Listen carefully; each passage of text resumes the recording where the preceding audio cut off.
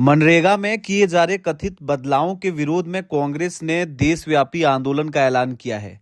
कांग्रेस का आरोप है कि केंद्र सरकार मनरेगा के मूल सिद्धांतों को कमजोर कर रही है और राजनीतिक एजेंडे के तहत इसके नाम और स्वरूप से छेड़छाड़ की जा रही है।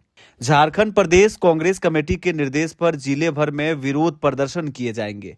इसके साथ ही ग्राम पंचायत स्तर पर मनरेगा बचाओ अभियान कमेटियों का गठन भी किया जाएगा। इस आंदोलन की औपचारिक शुरुआत 5 जनवरी को मुरादाबाद मैदान स्थित बापू वाटिका से लोक भवन तक होने वाले प्रदर्शन के साथ होगी। 5 जनवरी 2026 को हम लोग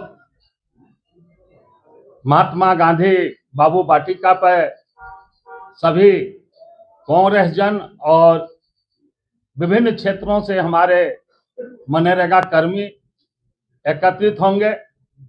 हम लोग शपथ लेंगे और उसके बाद वहां से पैदल मार्च लोक भवन यानी राजभवन तक हम लोग जाएंगे और वहां एक सभा भी होगी जिसको हमारे प्रदेश के नेतागण और अखिल भारतीय कांग्रेस कार्य समिति के अस्थायी आमंत्रित सदस्य माननीय श्री के राजू सर, सह प्रभारी doctor Srivella sir, Bhupesh Maravi sir और एआईसीसी के सचिव हमारे राष्ट्रीय अध्यक्ष के साथ रहे श्री प्रणव झा जी उपस्थित रहेंगे। आप सभी जानते हैं कि मनरेगा का नाम बदल दिया गया है और ये सिर्फ बदलाव नहीं बल्कि ग्रामीण भारत के अधिकारों पर सीधा हमला है। मनरेगा गरीबों का हक है।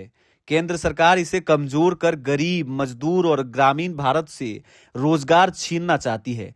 कांग्रेस सड़क से सदन तक इस लड़ाई को लड़ेगी। नाम मत बदलिए, जो उसमें त्रुटियां हैं, जो कमजोरियां हैं, जो आपको कमी नजर आई है, आप उसमें सुधार लाइए ना। कभी रेलवे स्टेशन का नाम बदल दे रहे हैं, कभी योजना का नाम बदल दे रहे हैं।